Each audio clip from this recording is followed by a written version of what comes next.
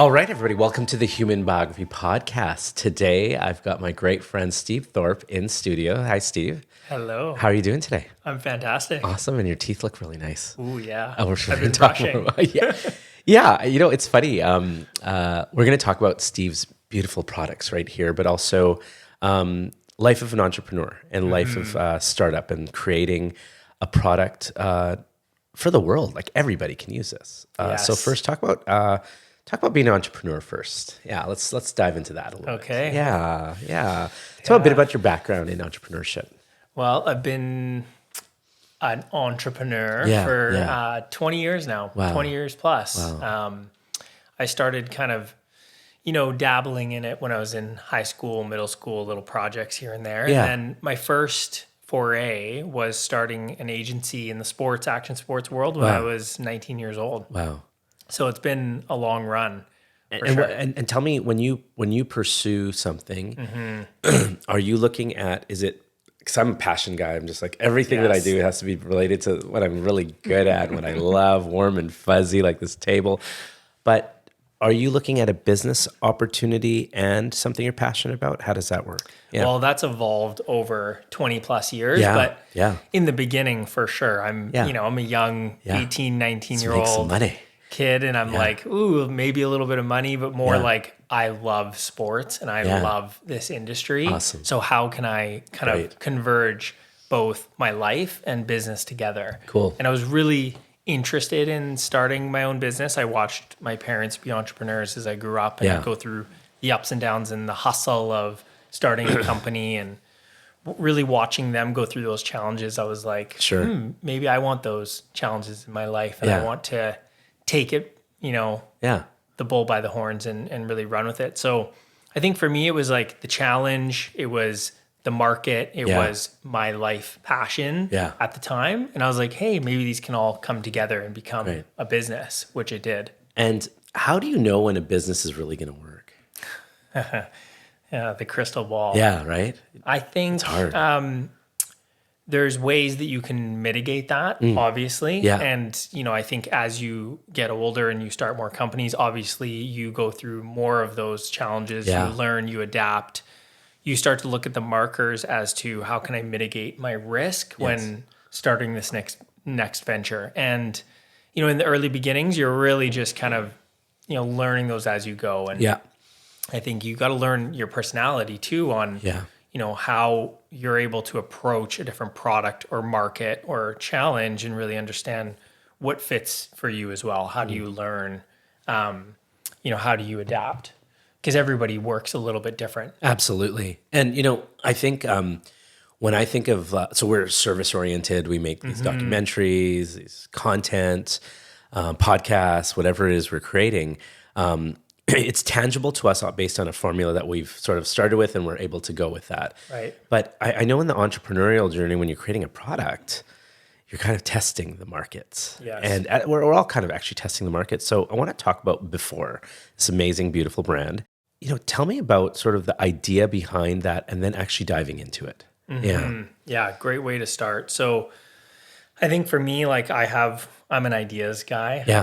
I love the creation part and I love the journey of, brainstorming different ideas and how they come to me and, drawing and journaling them and, Sure. and investigating them. And Before was an idea that came to me years ago. Yeah. We're probably like 15 years ago now. Wow. And it was always kind of just a funny idea that I had in my idea book, like, a toothpaste brand or an oral care brand. Why not? There's these big, huge brands out there, the giants of the industry, the Crest, Colgate, Sensodyne. That's right.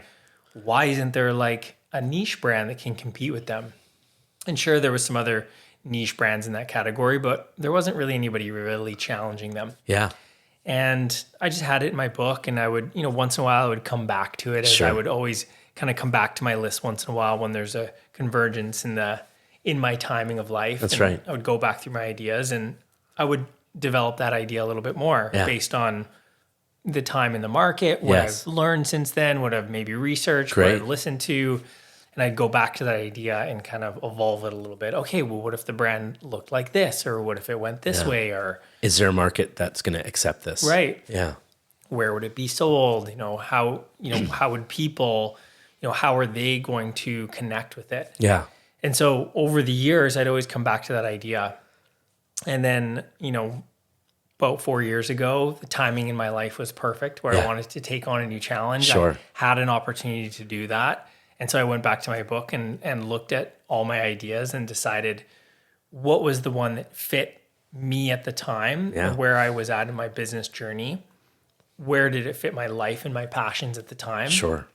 And I looked at the toothpaste idea and before and said, it's time. Okay, let's do this. And how do you, so like it's there's one thing that like want to dive into and do it, but this is, this needs a formula. This needs like an actual like chemist on it or some people, scientists, smart people. We need smart people on this.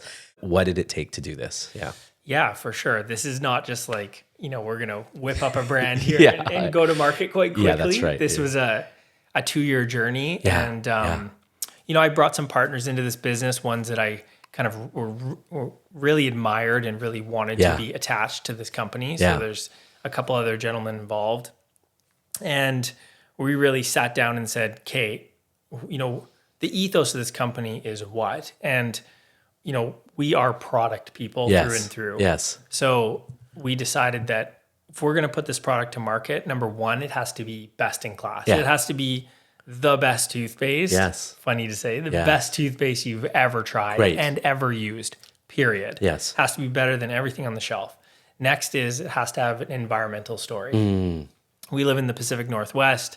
We are very passionate about the environment and being outside and the outdoors. And so toothpaste and toothpaste tubes generally for the last 100 years have been terrible for the environment. Yes. So we were like, we do not want to prescribe to that. We want to do something different. Yeah. And next is we want to create a brand that is more than just a toothpaste company. Yeah. It's an inspirational brand Absolutely. that, can collide with culture and things that we love, Sure. art, design, typography, and collide it into a brand. Toothpaste has been a very pharmaceutical looking product forever. Yes, it has. And how can we beautify that Yeah. and make it something more interesting? But back to your formulation, yes, we needed smart people to formulate this. Yeah. I didn't have the skill set yet to be sitting in my kitchen. No, it's not formulating a toothpaste. That's right. So we found a formulator after doing some deep industry research. Yes. We found a formulator in the US in Salt Lake City that is amazing. Yes. And we worked out a formulation contract with them and started down the journey of how do we formulate a toothpaste? Wow. And there's, you start to then think about my history in business and how we've built different products and what were the pathways to getting that product from idea to market. Yeah. What did we learn? And, how can we take that and build a better pathway? That's right. Either quicker or more efficient, or get to the root of what we want in a more efficient way. And so we did a ton of testing. Yes. And what I did for this product was I did all blind taste testing in different categories of, mouthfeel and rinsability and taste and all these things to get to a place where we could really evaluate all the different parts of toothpaste and the experience that you go through daily. Wow. And now, thinking of, health, safety, the environment, is there certain ingredients that go into your product that were non-negotiable? You wanted to make sure that it had that, or it was like not only tasting good, but it was good for you as well. Yeah. Like that sort of idea. What absolutely. was that? Yeah. Better for you, better for the planet. Yes, kind that's of right. vibe, That's right. And, yeah. this is a great segue into this part of why we built before. Yes. And that a lot of people listening to this, and most people I have this conversation with daily, don't understand that the big toothpaste brands that they're using every day are full of really bad chemical ingredients. Crazy. Like really bad. Yeah. And again, when people hear this, they're like, oh, another part that the journey that I'm on in total health, wellness, and all these products that we're learning about daily, from shampoos to body wash to deodorant to things that we're eating. Toothpaste is the same. We've been using the same toothpaste for 100 years. These big brands, in order to hit really low price points put a ton of junk chemicals into the product. One is called SLS, sodium lauryl sulfate, which we hear about in shampoo all the time. It's a petroleum-based foaming agent. It's in all the big toothpaste brands. Wow. It makes the product foam really crazy, and it is absolutely terrible for your health. Wow. They also use parabens and PEG ingredients, so a lot of like fake dyes to like dye it blue or red or whatever the color is. A lot of fake fillers, but for the most part, that whole ingredient deck is full of petroleum-based synthetic junk chemicals. Wow. And people use it twice a day, every day. Yes. And the big issue with that we started to really research, and the rabbit holes that we started to go down is that you have this microbiome happening in your mouth. Yeah. And it's directly connected to your gut. And there's been a ton of science and marketing and research coming out about gut health. Yes. All these big brands, probiotics, prebiotics, greens powders, these things to kind of help our overall wellness from a gut or inside out. And what we're starting to realize now, and what I think is the next kind of wave of total body health, is your oral health. Yes. And not just going to the dentist and making sure that your teeth are strong, but what's actually happening in your mouth. Yes. And by using these really low quality big brand toothpaste, you kill a lot of the good bacteria in your mouth every single day. Wow. Every time you brush. Yeah. And that is directly connected to your gut. Yes. Because they're directly connected. That's so right. they're speaking to each other all the time. That's right. So you kill the good bacteria, it affects your gut. Yep.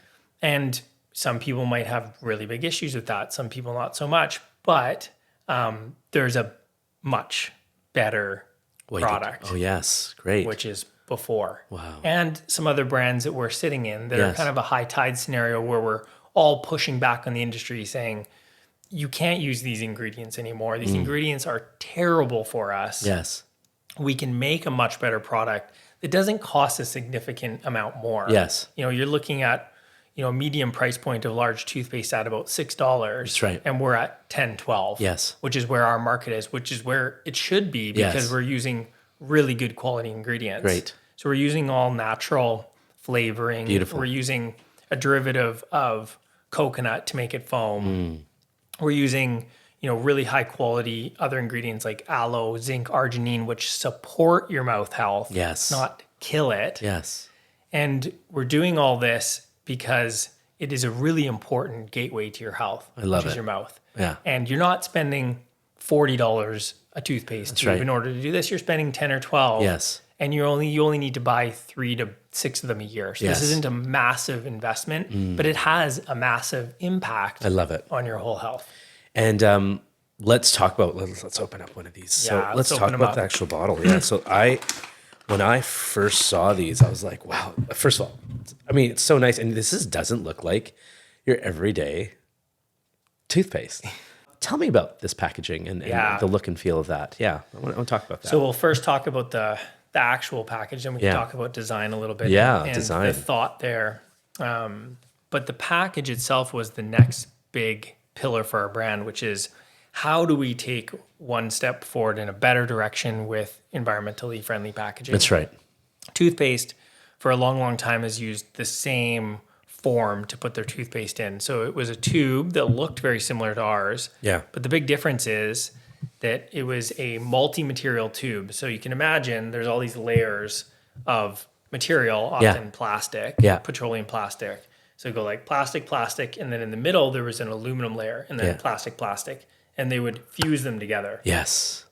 What that did is when people would, be brushing with their Colgate tube and they squeeze it, it kind of holds shape. Yes. And their thought there is that it helps you kind of get the product out at the end, which is false. It's easy to get out with this too.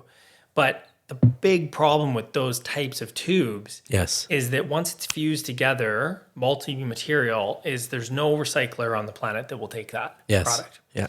So a good way to think about it is that every toothpaste tube the listeners or you have ever used of those big brands is still on the planet today. Wow. In a landfill somewhere. Oh. It's still here, and it will always be here. We said, number one, no petroleum plastic. But number two, how do we use a plant-based renewable resource? Okay. We found that sugarcane was the best solution for a squeeze tube like this. There's lots of sugarcane products out there right now in the beauty industry. They're starting to come in caps in different forms. Great. So we found a resin supplier and a tube manufacturer that we could work with to make us. So the whole thing, tube. the whole thing. So the whole thing is made of sugarcane. It's an organic material. Certain commercial composting companies can take them. Certain recyclers can take them. And I'm not going to sit here and tell you that the downstream cycle is efficient. Or we all know there's huge problems there. Absolutely. But what we refer back to is the production side. Yeah, great. So we're using a renewable resource. Yep. And it grows very, very fast. There's lots of it. And it reduces the carbon impact by about 50% at the production level alone. Not to mention now, you've got an organic material that on the downstream cycle we can start to work with and find better solutions for. So as you were building the different formulas for different types of, like you've got to see different colors here. What different, I wouldn't call them flavors. Are they called flavors? Styles. Styles or what do you have here? Like, so they're all super mint. They're all super mint. Okay. So once we developed the flavor, which took us a year to perfect. Yes. And it's a certain combination of different natural mints with menthol that's derived from peppermint. Once we hit it and we nailed it, we're like, hey, that's great for flavor. Plus, most toothpaste sold in the world is mint flavored. Yes. There's tons of other different flavors that we'll explore in the future. Sure. But once we nailed the flavor, we kept it. And then we have a classic, a sensitive, and a whitening. So those are kind of your three categories of toothpaste user daily. You've got your Sensodyne kind of customer who has sensitive teeth. Yes. So this has a 5% potassium nitrate, also has aloe in it, which helps soothe the gums and teeth. Yeah. So this kind of fights your Sensodyne customer. Whitening, which is the largest category of toothpaste in the world. Absolutely. This is a sodium bicarbonate gentle whitening. Yeah. So also whitening, which is a category that we want to innovate in the future. All the big brand whitening out there is hydrogen peroxide based, which is basically bleach. Yeah.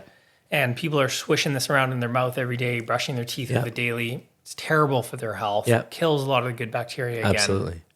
So what we use is basically baking soda, sodium bicarbonate. It's gentle. It will definitely change the whiteness of your teeth over time. Great. But it's not like an instant bleaching, which is really unhealthy for you. And you shouldn't be doing. So this is a good whitening product. And then you have your classic, which if you don't want either of these features, it's just a good everyday toothpaste. And so when you were thinking about now marketing this and getting this out to the public, Canada, it's a decent market, but the mass market is the United States and then global. How do you distribute and what is that? What does it look like right now? Where can you find this and how do you get this? Yeah. So we've been kind of testing all the waters over the last year. We just went through our 1 year birthday. Congratulations. Which is exciting. It's very nice. And we're kind of a little bit everywhere. We're online, so you can go to our website. You can order there direct. Yeah. We're on Amazon. Yeah. They're a huge oral care shopping site. So yes, absolutely. Lots of products on there. And then we also deal with a lot of online retailers like well.ca. Yes.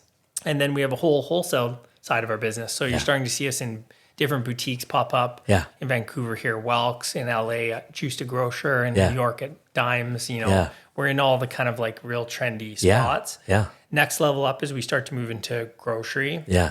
So we're going to be working with Whole Foods and some other great retailers, and then just keep moving up. We're talking to some amazing retailers in the US, and on the other side of wholesale, we also are in some great hotels. That's what I was going to say. Standard, the proper. Yeah, this is just cool to have. So these little tubes. And I've been at certain events, and I don't need to mention what event it was because there's so many different ones I've gone to. But these have been in gift bags, right? Yes. And that's a gifting thing is really amazing as well. And I think it's a thoughtful gift. It's not just sticking in your like travel size. Go to the Drug Mart and just grab a whole bunch of travel size things and put them into a bag. This is a thoughtful gift because it's because of the thought that's gone into the creation of it. But I love this and I think it's amazing. And it's good for the planet. I'm not here to promote a product as much as I'm trying to say is we can make good things on earth that help the planet and also help you. And we should. Right? I think consumers are starting to demand it more and more. Like I know I am personally in how I shop, and what products I'm looking for. And I think quality. A younger generation is looking for something that is quality, it's good for their health, and it's good for the planet. Yeah. And I think brands, need to start thinking that way. Absolutely. Or else they're going to be left behind. Like, are you going to see the competition in this area grow because of that ideal? I think so, and I kind of hope so. Like the bigger brands in this market need to start thinking about their effects on the planet with their packaging. Yes. And as small as, say, something like a toothpaste tube is, it's still a large market. This is a product that everybody listening right now is using 2 to 4 times a day. Yes. Everybody. Yes. So there's a lot of these tubes floating around. Yep. And I think the bigger companies can make a significant impact if they start to look at a more environmentally friendly choice. Yes. And they should. Yes. So hopefully, with Before and us pushing this agenda and pushing this message out there, the customers start to demand more from the bigger brands. Yes. And if they come along and want to enter that market too, I think that's fantastic. Or just grab one of these. Tell me about the name. Before. Yeah. So, as all companies and brands go through the evolution at the start of naming a company, which we all do. Absolutely. It's a fun process. Ours was actually quite short. It was in a short list of names that my business partner, Jamie, had. Yeah. And when he presented that short list, we were going through it.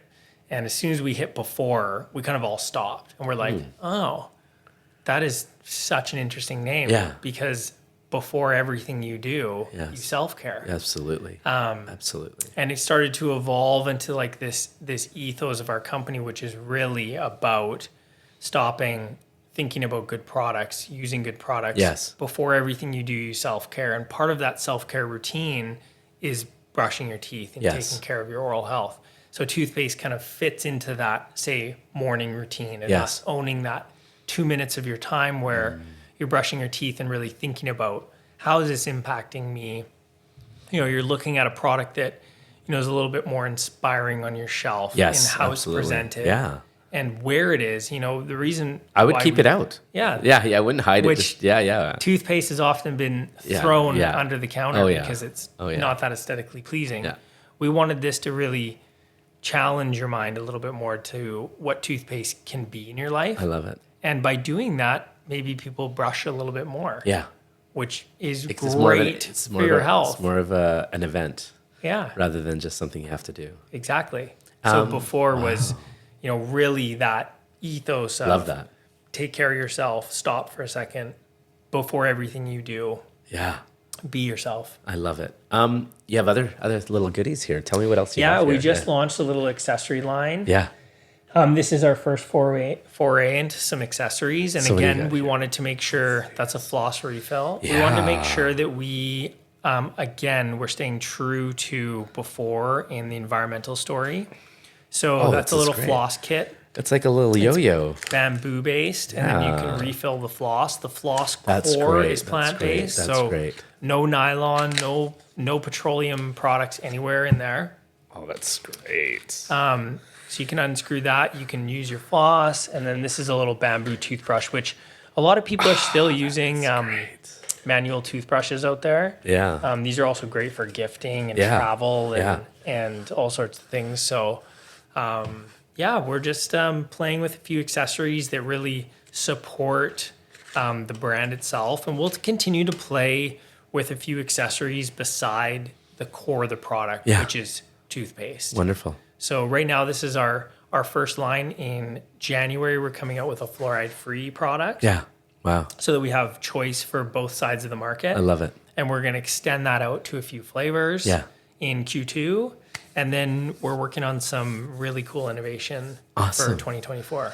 Listen, I mean, I'm excited about this. I'm excited that it's, a Canadian BC brand that we've started here. It's reinventing something that was important in our life, and it's something good for you. And I'm really excited for this beautiful product for you guys. Yeah, thank you so much. Yeah, I think, it's one of those things where people have often just overlooked that step. It's a mundane process in their daily life, brushing my teeth. But once you realize that it can be much better. The experience can be amplified so much. Yeah. Just in, the taste and the experience and the product design and how it interacts with your life and the brand, it really starts to become a more important part of your routine, which it should. Steve, thank you for coming by. Thank you for being a part of this. Me. My little, setup here is always about, first of all, I love talking to my friends. I love connecting with people I love and I admire, that are creating, as a creative. I appreciate that. Not only just doing it for like an entrepreneurship, like sort of ideal, but it's also doing good for the world and feeling good. So I'm excited about this. I'm super excited for you. And, thank you for being here. Thanks for having me. Awesome. See you next time on the Human Biography Podcast.